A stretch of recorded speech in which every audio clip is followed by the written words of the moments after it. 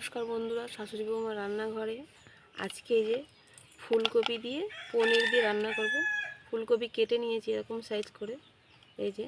আর এই আলু কেটে নিয়েছি ডুমো ডুমো করে, টমেটো, পেঁয়াজ, পনির। আর উনুনটা ধরিয়ে দিয়ে কড়াটা বসিয়ে দিয়েছি। কড়াইতে তেল দিয়ে দেবো।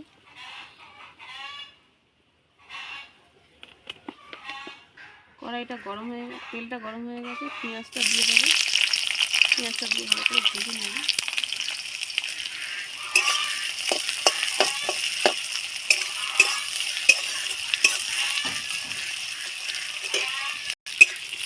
আমাদের টমেটোগুলো দিয়ে ভেজে নেব। টমেটোগুলো দিয়ে দিয়েছি, দিয়ে সব একসাথে ভেজে নেব। ভালো করে ভেজে নিতে হবে। অল্প পরিমাণ লবণ দিয়ে দেবো, দিয়ে এটা ভালো করে ভেজে নেব। একটু নরম নরম হয়ে গেলে তুলে নেব। এগুলো তুলে নেব, এগুলো একটা পেস্ট বানিয়ে নেব।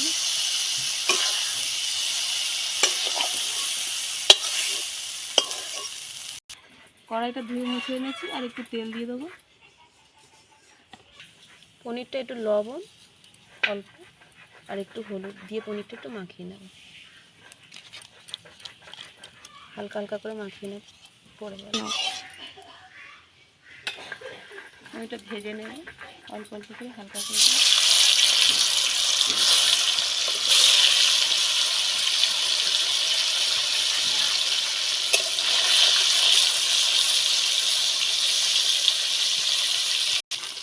পনিরটা হালকা হালকা করে উল্টে দেবো।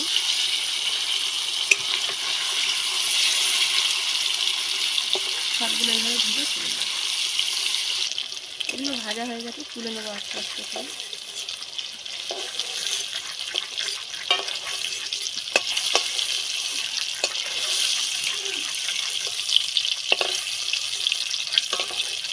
সবগুলো তুলে নিয়েছি, এই তেলেই ফুলকপিটা ভেজে নেব।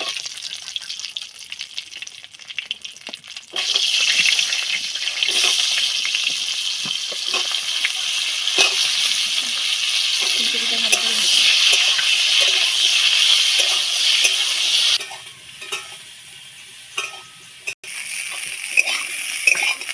ফুলকপিগুলো ভাজা হয়ে গেছে, তুলে নেব।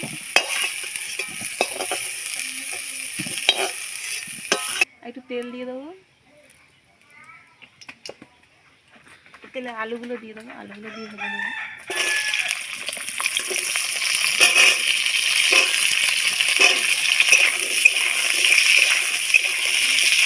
আলুতে একটু লবণ দিয়ে দেবো, একটু হলুদ। ফুলকপিতে লবণ দিয়ে দেবো, ওটা কষার মধ্যে দিয়ে দেবো।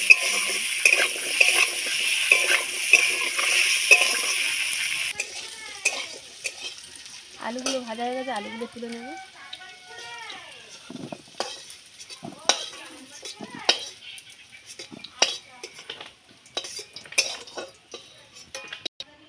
কড়াইতে একটু তেল দিয়ে দেবো। এর গোটা গরম মশলা আছে, 2টো এলাচ, 2টো দারচিনি আর 2টো লবঙ্গ ফোড়নে দিয়ে দেবো। একটু জিরে দিয়ে দেবো, আর 2টো শুকনো লঙ্কা ছিঁড়ে দিয়ে দেবো। দিয়ে এগুলো সব ভেজে নেব।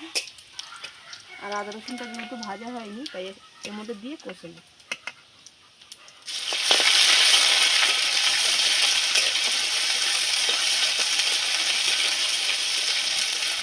এর মধ্যে দিয়ে দেবো লবণ,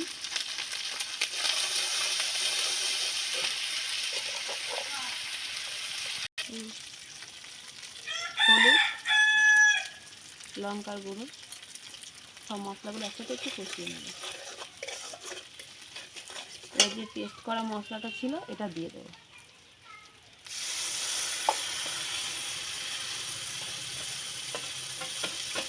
দিয়ে ভালো করে একটু ভেজে নেব।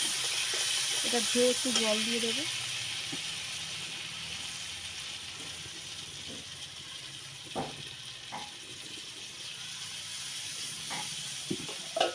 দিয়ে এটা ভালো করে কষিয়ে নেব।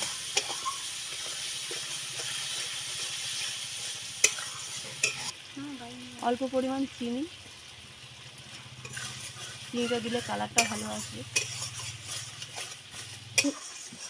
অল্প পরিমাণ একটু জিরে দিয়ে দেবো, এই যে অল্প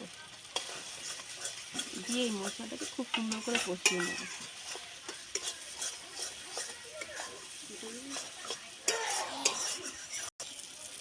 মশলা থেকে দেখুন কি সুন্দর তেল ছেড়ে গেছে। মশলাটা আরেকটু কষিয়ে নেব, আরেকটু তেল ছাড়লে তারপরে এগুলো সব দেবো।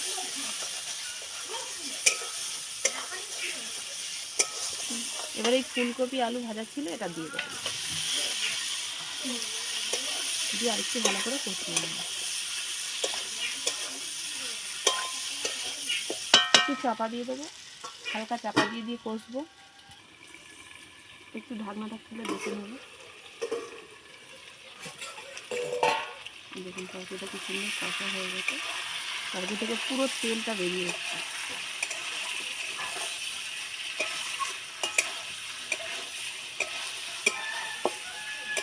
এবার অল্প জল দিয়ে দেবো।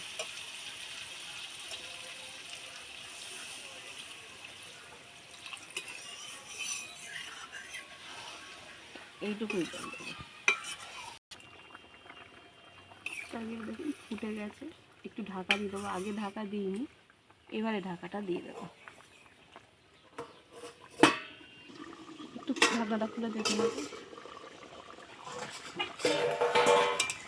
এই দেখুন, এবার পনিরগুলো দিয়ে দেবো।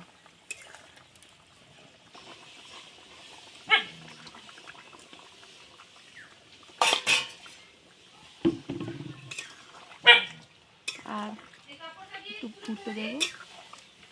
আর ভিডিওটা ভালো লাগলে লাইক কমেন্ট শেয়ার করবেন। আর আমার চ্যানেলে নতুন হয়ে থাকলে চ্যানেলটা সাবস্ক্রাইব করবেন, করে আমার পাশে থাকবেন। আর আপনারা ভালো থাকবেন, সুস্থ থাকবেন। আর এইভাবে পনিরের তরকারি করে দেখবেন, ভালো লাগবে, খেতে খুব সুন্দর লাগবে। এগালো